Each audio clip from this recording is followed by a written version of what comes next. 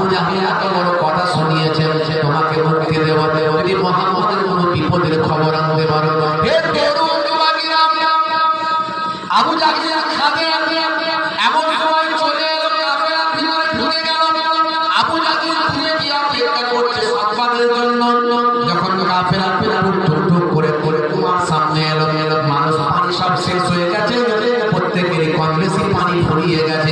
পানি তারা জানে এখানে একটা কুয়া আছে, সেখান থেকে পানিটা ভরতে হবে। পানির কাছে গিয়ে দেখে হাই সর্বনাশ, কুয়া তো বুঝে গেছে, কেউ বুঝিয়ে দিয়েছে পানি নাই। পানির জন্য তারা হাহাকার শুরু করলো। আল আমিনের কাছে দয়ার নবীর কাছে গিয়ে যখন পানির জন্য তারা জানালো, বাবা মুহাম্মদ সাল্লাল্লাহু আলাইহি ওয়াসাল্লাম এখন আর কোনো বাঁচার উপায় নাই, 8 দিন পর্যন্ত মানুষ কেমন করে চলবে, এখানকার কুয়াটা বুঝিয়ে দেওয়া হয়েছে। হে তরুণ যুবকেরা, হে আমার বন্ধুরা, আল্লাহর নবী দয়ার নবী রাহমাতুল আলামিন টুক করে যখন কুয়ার ধারে গেলে, কুয়ার ধারে গিয়ে হাতটা শুধু দিয়েছেন, আমার আল্লাহ তলা থেকে আবার পানি উপরে পাঠিয়ে দিয়েছে। জোরে হবে না, জোরে হবে না।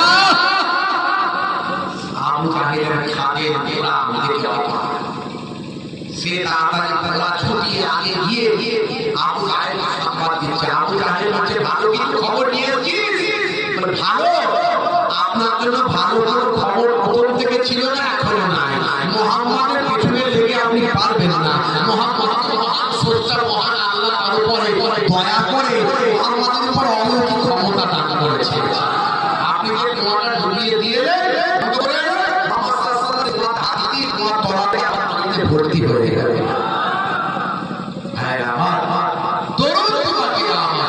সকলে আবার আসুদা ভরে পানি তুলে দিয়ে মশাকে ধরে খেয়ে মায়ের সেখানে কিছু সময় অবস্থান করে আবার চলতে শুরু করলো।